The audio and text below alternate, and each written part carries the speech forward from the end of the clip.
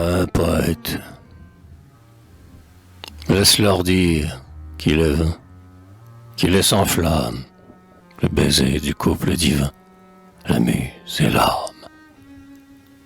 Laisse-leur railler tour à tour l'œuvre insensée, du rythme qui s'unit d'amour à la pensée, et ces vers, enfants de la nuit, aux douces fièvres, et ces rimes qui font le bruit que font deux lèvres.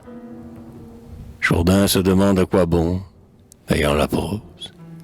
L'âne aussi demande au chardon, pourquoi la rose? Pourquoi des ailes à l'oiseau? Dit le reptile. Ah, c'est le seul qui n'est pas beau, n'est pas utile. La muse te veut pour amant, cède à son charme, taille à loisir ton diamant, sourire aux larmes. Cependant fuit ce cœur bruyant.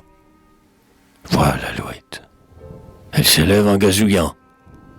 Suis-la, poète.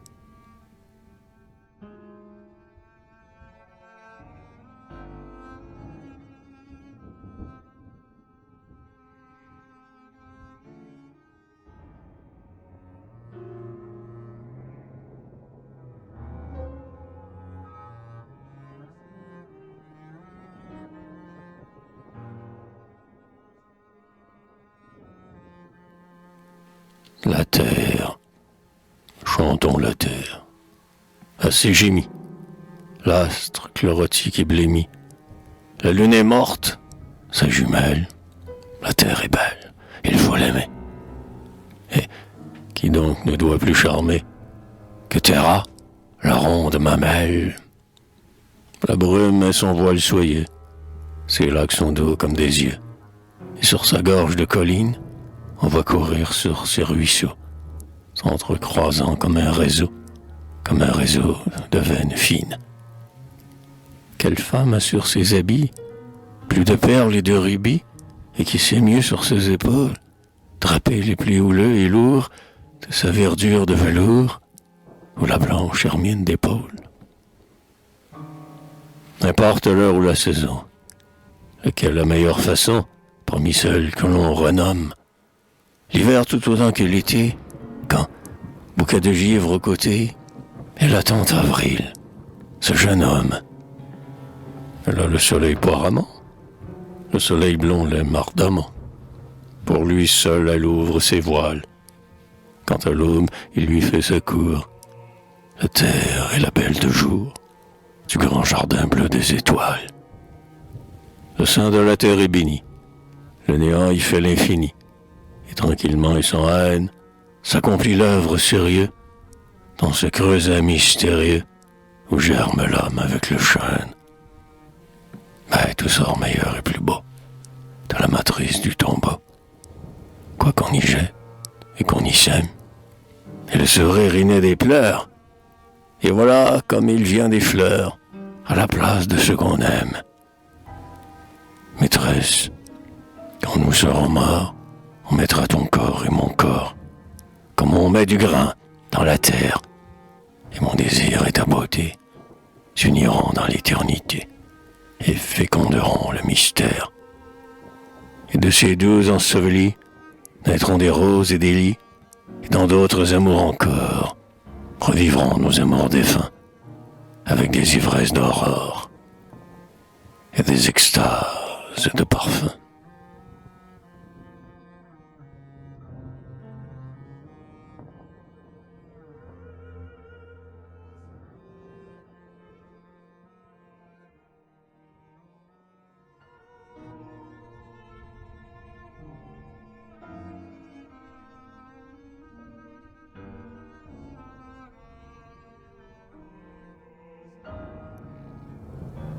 La chanson de la nourrice.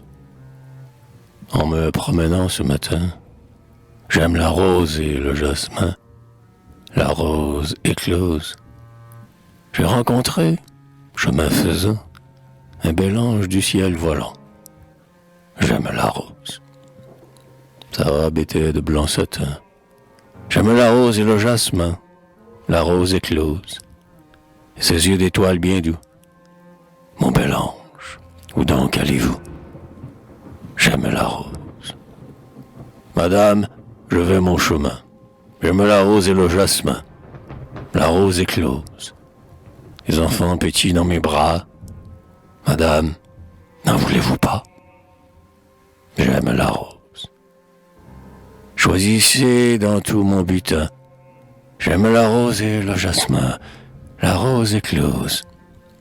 J'en ai des bruns, des blancs aussi. Voulez-vous pas de celui-ci? J'aime la rose. Il est beau comme un chérubin. J'aime la rose et le jasmin. La rose éclose. Il est doux comme un jour d'avril. Ce petit-là vous convient-il? J'aime la rose. Ses lèvres sont de grenat fin. J'aime la rose et le jasmin. La rose éclose. Il est tout blanc comme le miel. Il a des yeux couleur du ciel. J'aime la rose. Voyez son pied. Voyez sa main. J'aime la rose et le jasmin. La rose éclose. Madame, c'est un petit roi. Mon bel ange, donnez-le-moi. J'aime la rose. Je le mettrai dedans mon sein. J'aime la rose et le jasmin. La rose éclose. Dedans mon sein bien enfermé. J'en veux faire mon bien-aimé. J'aime la rose. Mettez-le donc en votre sein. J'aime la rose et le jasmin. La rose éclose. Emportez-le dans la maison, car le bon Dieu vous en fait don. J'aime la rose.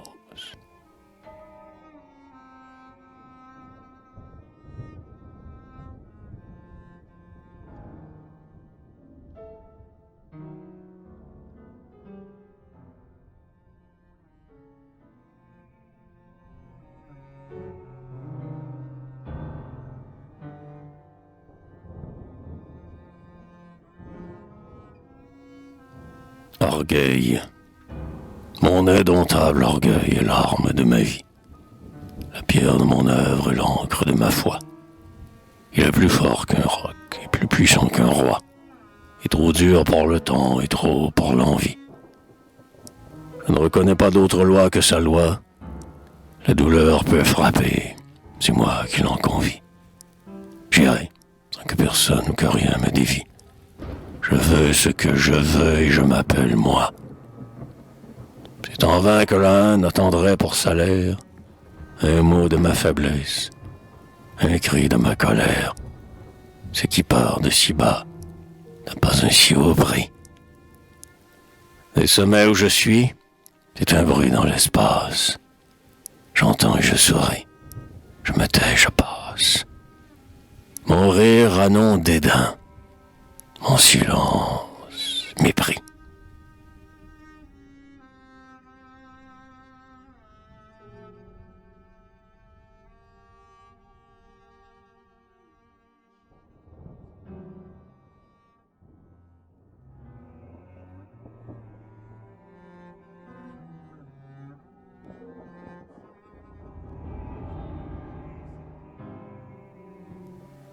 L'hirondelle. Oui, madame, je vois que vous êtes très belle. Madame, regardez là-haut cette hirondelle. Pour la grâce du vol, c'est un oiseau sans père. N'est-elle pas jolie alors, que d'un coup d'aile, dans les rayures d'ombre et dans le soleil clair, elle passe en criant, vive comme un éclair, la faucheuse d'azur? Et dirait-on pas d'elle la navette de jet d'un tisserand de l'air? Votre œil aime à la suivre, son vol s'évertue. Vous croyez qu'elle joue? Hélas, non, elle tue. Sa souplesse est un piège et son charme un moyen. Dieu les fit pour séduire et pour tuer ensemble. Sauriez-vous d'aventure à qui l'oiseau ressemble? Moi, je ne le sais pas. Si vous n'en savez rien.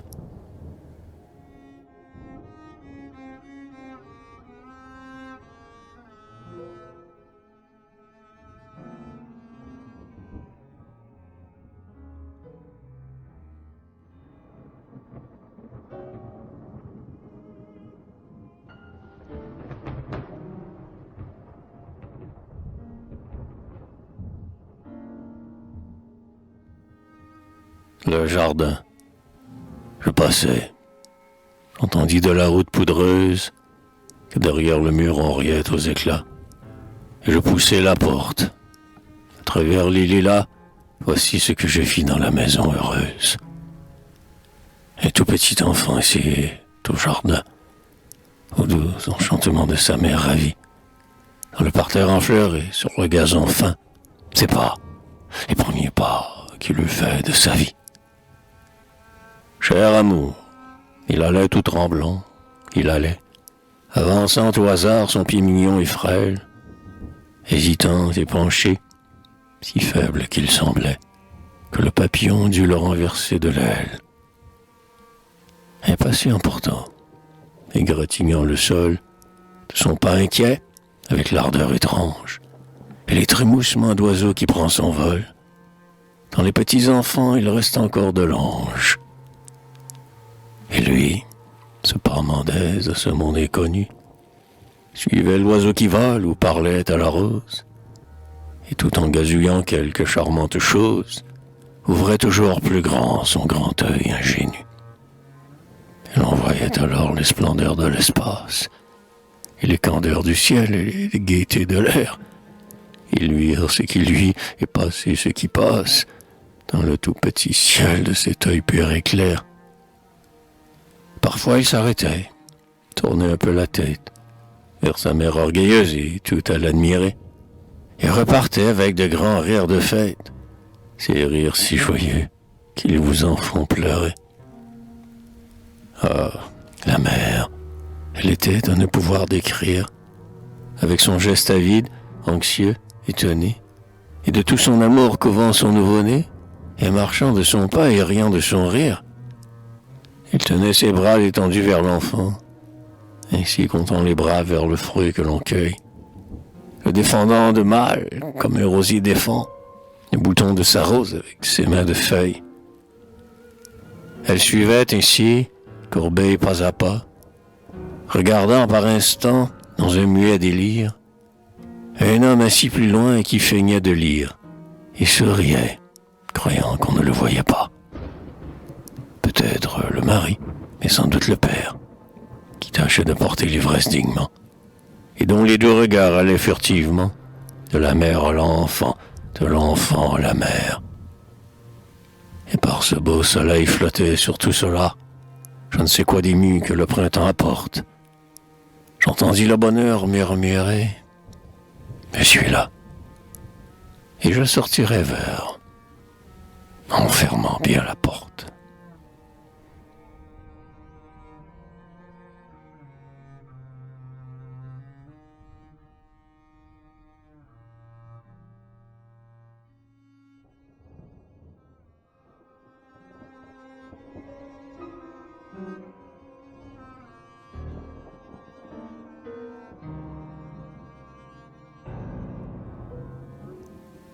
Le chêne, sur la falaise, tout là-bas, et si haut qu'on ne le voit pas, tout là-bas où finit la terre, cabré sur l'abîme, effaré, tordant ses bras, désespéré, un vieux chêne est là, solitaire, comme une hydre au flanc du granit, là-bas où la terre finit, là-bas où l'infini commence, la plaine rase autour de lui, en haut le ciel où rien ne luit, en bas la mer immense. Il est rouillé comme du fer, accroupi sous le vent de mer, il geint avec de sourds murmures, il geint les nuits, il geint les jours, toujours dans ses branches, toujours, on entend comme un bruit d'armure. Toujours il lutte et se débat, l'ouragan l'insulte et le bat, les flots lui jettent de l'écume, la trombe l'a pris pour plastron, et la foudre, ce forgeron, le martèle comme une enclume. Échevelé, perdu, honni, c'est le bouffon de l'infini. On en rit là-haut, dans l'espace. Le hasard qu'il a fait cela ne sait plus même qu'il est là. On se le passe et le repasse. Les autres arbres sont heureux.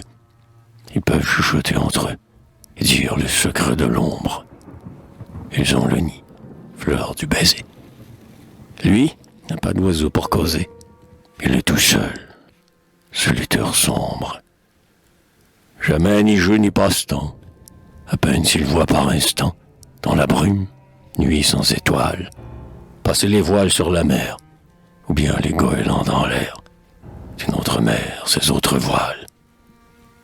Le doux printemps où Dieu sourit, l'été clair où le ciel fleurit, l'automne où la terre ingénue, dans un remords éblouissant, devient toute rouge en pensant que l'hiver elle sera nue. Il n'a ni trêve ni repos. La bise fait craquer ses os, l'hiver aussi bien que l'automne. Et le printemps comme l'été, il poursuit dans l'éternité sa lutte folle et monotone. Il est là, le vieux combattant, toujours debout, toujours luttant. On le martyrise, on l'assomme. Il est toujours là malgré tout, toujours luttant, toujours debout. Ah, ce chêne, on dirait un homme.